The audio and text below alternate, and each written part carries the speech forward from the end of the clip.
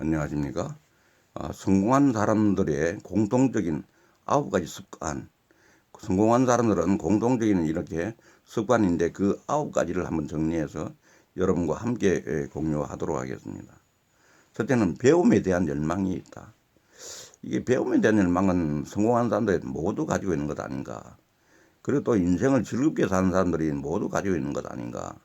배움은 저는 그래서 제 그 인생 10계명에 배움은 끝까지 죽을 때까지 배운다 하는 걸 넣었습니다. 그래서 배움에 대한 열망이 제 첫 번째로 나왔습니다. 성공한 사람들의 9가지 습관 중에서 무언가 계속 배우려고 한다면은 당신은 계속 발전하고 있는 것이다. 이렇게 설명합니다. 그 배움이 당장 아무런 도움을 주는 것이 없다 해도 언젠가는 그 열매를 맺는다. 배움의 씨앗을 뿌리는 것이다. 이렇게 얘기합니다. 썩어버리는 씨앗도 있지만은 꾸준히 씨앗을 뿌리면은 극히 소수일지라도 과실을 맺는 씨앗이 생긴다. 그렇기 때문에 늘 배움의 자세를 가지고 우리가 이거 해야 된다. 그래서 저도 지금 보면은 이제 책을 통해서 공부를 하고 또 요즘은 온라인으로 굉장히 무료 그런 이 강의 내용들, 교육 내용들이 많이 나와 있습니다. K-MOOC라든지 이런 교육기관에서 하는 그런 교재 이런 부분들이 많이 나왔는데 이런 것들을 이용해서 앞으로 계속해서 배움을 연장해 나가려고 합니다. 그 배움이 있을 때에 과거도 과거지만 미래를 살아나갈 수 있는 어떤 힘이 생기는 거 아니냐, 그런 지혜가 생기는 것 아니냐, 혹은 그런 어떤 기술이나 어떤 이 말하면은 스킬을 확보하는 것 아닌가, 이렇게 생각해 봅니다. 두 번째는 계획을 세운다. 계획을 세운다. 성공한 사람들은 반드시 계획이 있어야 된다. 어느 그 영화도 보면은 너 다 계획이 있구나, 그런 게 있었지 않습니까? 너 다 계획이 있구나. 그 어린애들도 보면은 그냥 마구 하는 게 아니라 이 계획을 가지고 하는 어린애들 칭찬해 주면은 그런 애들이 더 발전하고 더 어떻게 보면은 구체적으로 잘 할 수 있는 힘이 생긴다 그랬 생각합니다. 빌 클린턴 전 미국 대통령의 시간 관리 그 고문이자 시간과 인생을 통제하는 방법의 저자인 앨런 라키는 시간 관리의 핵심을 계획으로 봤다 그럽니다. 시간 관리의 핵심은 계획이다 이렇게 얘기합니다. 그래서 계획은 저도 생각할 때 계획은 뭐냐면은 상위에 있는 사람은 계획을 하고 하위에 있는 사람은 실행을 한다 이렇게 볼 수가 있습니다.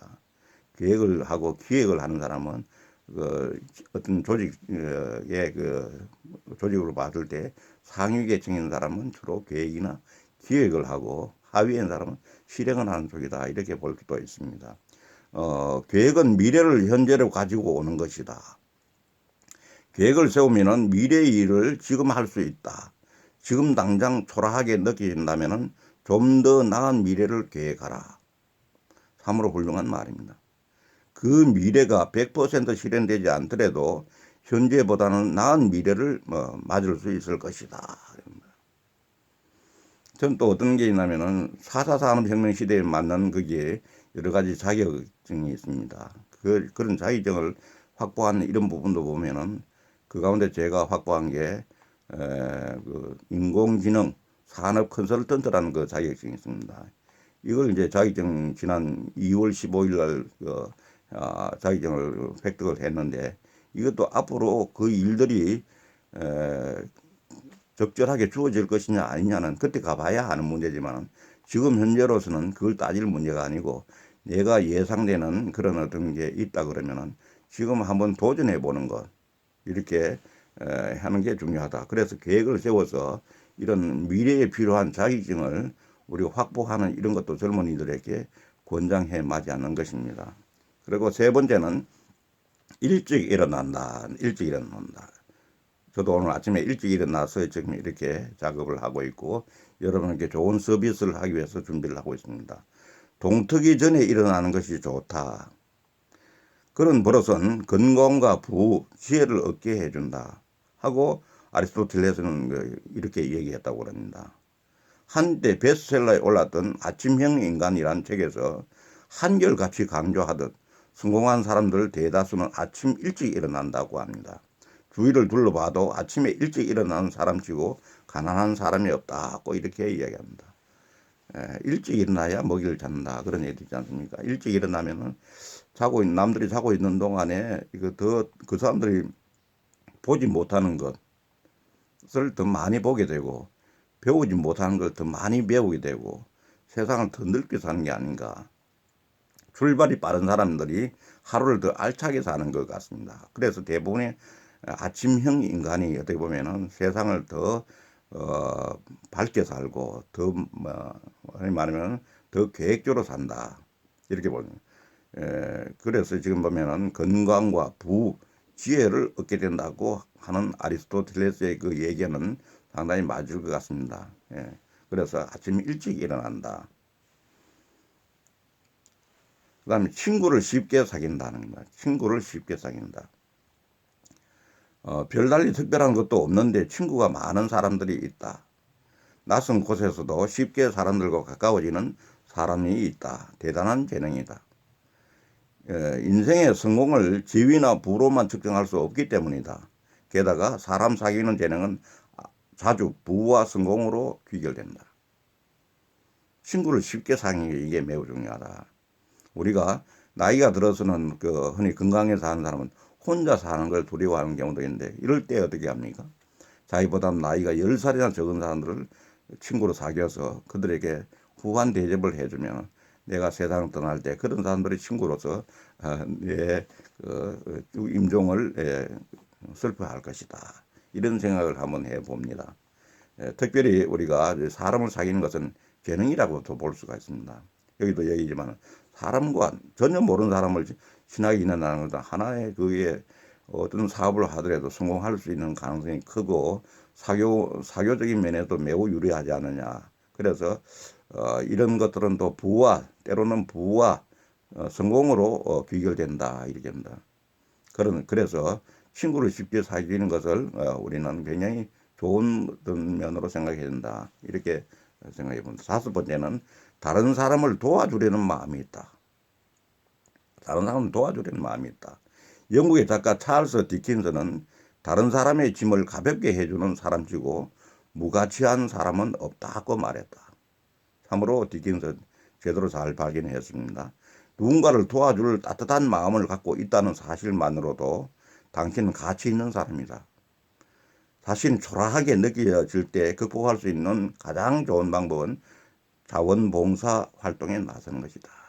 그래서 아마 외국인들은 자원봉사자가 많은 것 아닌가. 저도 서울시 자원봉사자로 등록이 되어 있는데 이렇게 우리가 다른 사람을 도와주려는 마음이 있다고 하는 이런 부분도 어떻겠습니까? 이 자연이나 우주나 이게 자연의 법칙이 하면은 그 도움을 준 사람들 내가 도움을 주려고 하는 그런 마음으로 해서 내가 도움을 또 받을 수 있는 그런 이금의 법칙이 서로 상호 통하는 것 아닌가. 주고받고 하는 이런 부분들이 내가 받기만 하는 사람들은 받기만 하고자 하는 사람들은 사실 제대로 받지를 못하는 것 아닌가.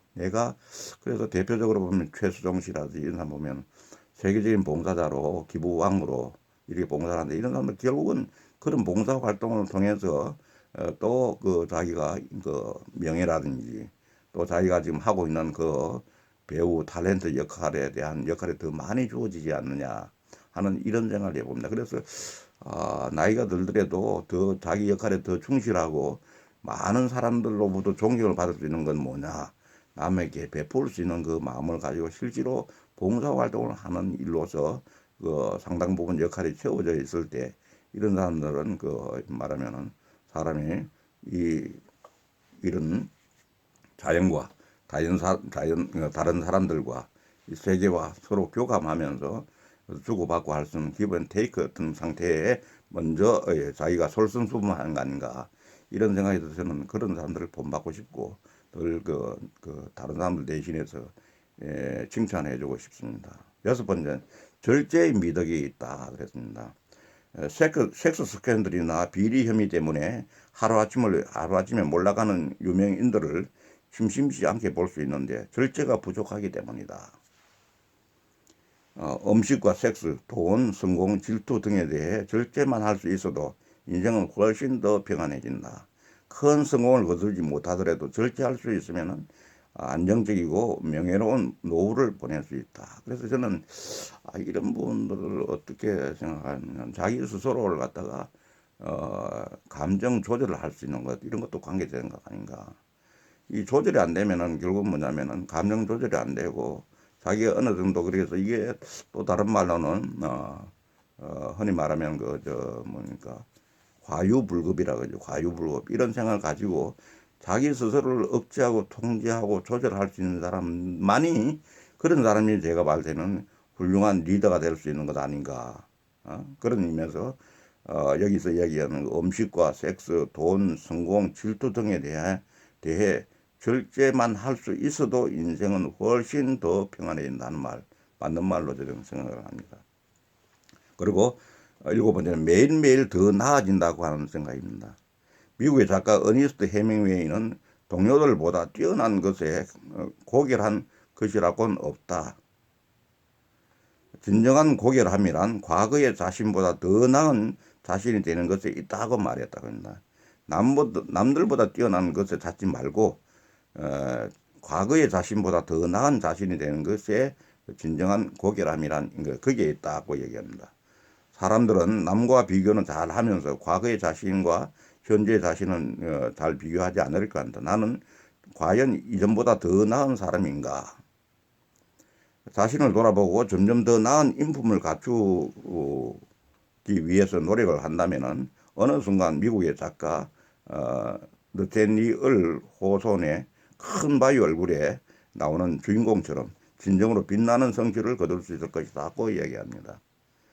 그래서 나의 어제와 오늘을 비교하고 오늘과 내일을 비교하라고 이렇게 하는 걸 이야기할 수 있습니다. 여덟 번째, 인내할 수 있다. 그러면 미국 독립의 아버지 벤자민 프랭클린은 인내심을 가진 사람은 원하는 것을 얻게 된다고 말했다.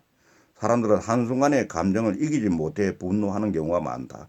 그 순간에 분노를 표출하는 것이 자신의 자존심을 지키는 것이라 생각한다. 진정으로 자존심을 지키는 것은 분노하는 것이 아니라 분노를 참으며 원하는 것을 얻기 위한 방법을 생각해서 결국 원하는 것을 얻는 것이다고 했습니다. 아홉 번째는 거절의 힘을 안다.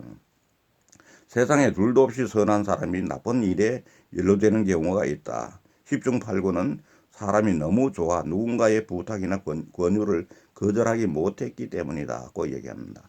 주위에 친구가 많은 것은 장점이지만 그 친구들에게 휘둘리는 것은 단점이다. 성공하는 인생, 안정적인 인생을 지탱하는 기둥은 원칙이다. 성공이란 달성하고자 하는 목표를 향한 실천, 그리고 목표와 실천을 올바른 방향으로 맞춰주는 원칙에 있을 때 이루어진다고 이렇게 얘기합니다. 따분하게 들리지만은 인륜에 대한 기본적인 원칙, 보편타당하게 선하다고 이렇게 인정받는 원칙에 따라 거절할 때는 거절해야 한다. 그러지 못하면 당신의 인생은 의도치 않았던 방향으로 지렛대로 흘러가게 된다. 이렇게 얘기합니다.